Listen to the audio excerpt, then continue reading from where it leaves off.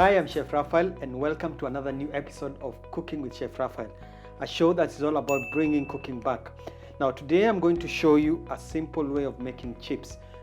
Others call it French fries. So one of the most important things that will make your chips look nice, because especially when you're cutting, it starts with the potato. Make sure that the potato is actually the same size. Take off one end so that the potato rests,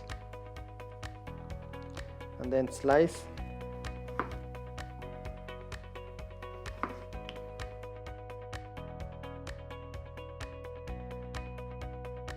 And there you have it. So you have equal sized, you try and make them as equal as possible. It's like you're cutting with a machine. Of course, the other way is using a chips cutter, but personally I prefer taking control of whatever size or shape I want for the potatoes. Whenever you cook them in different sizes, let's say some are bigger than the others, the bigger ones will take a longer time to cook, and what will happen is as you are tasting the chips, some will be raw, slightly raw than others.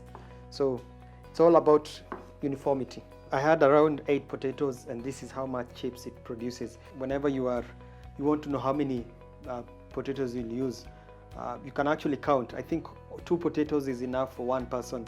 Now whatever is left is to rinse them and drain off this water, put new cold water, and then it will be ready for frying. Now when it comes to cooking chips, you can do it using an electric fryer, or you can use a pot on the stove. Today I'm going to show you how to use an electric fryer. What is also important is to understand, remove the basket, and to understand that when you're putting in the oil, you need to put it in between the 2 lines. It should not be on top of the top line that says maximum. And then you turn it on, because when you turn it on, you set it at 180 degrees. So we'll wait for it to be hot, but in the meantime, now on your basket you can place your chips. So when they're dry like this, at least it's good, because let them drain off as much water as possible, ready for frying. When it's hot enough, the light goes off, that's when you know it's hot enough. So that's what we'll wait for this button, see this light to actually go off. Good thing about the electric fryer is, first of all, it heats up very fast, but most importantly, it heats up evenly. Because you're sure whatever temperature you have set it at is exactly what you want. In fact, right now I've put it at 170, because the first thing we want to do is blanch the potatoes.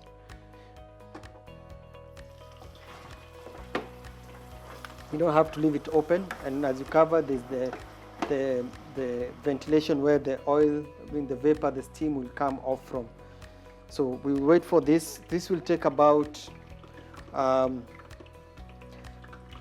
minutes, because what we want is to blanch them, and then I'll show you what to do next. So now my potatoes are already blanched, so this is not dry, it still looks soft. I've set my fryer at 190 degrees. 190, 180 degrees is okay. And then what is left is to take chips. Now the amount of chips that I want to eat, and then dip it into the hot oil. And then what will actually happen is the potatoes will start, they are frying right now, but they will actually brown and become crispy. You need a clean bowl with paper towel. Paper towel is important because it actually picks out the excess oil. There's a difference between a paper towel and something like the serviettes. Serviettes are good. If you don't have a paper towel, you can use it, but paper towels are actually designed to absorb more than a serviette would do. What I usually do is just line the bottom side of the bowl that I'm using. I like it at that level. They are crispy, so shake off the excess oil and then pour. It's always a good idea to sprinkle salt, especially when they are still hot. And there you have it. So my chips are done. Even as you can see, I think you can see that they're actually nice and crispy, especially even if you compare them with these ones, which are actually soft. These are nice and dry. You can see even the difference. So this is just one way of making chips or French fries, which I hope you've learned something today. I'm your host, Chef Raphael. Make sure you follow me on Instagram, Facebook, and Twitter.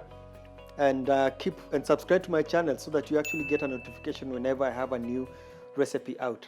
And until next time, goodbye.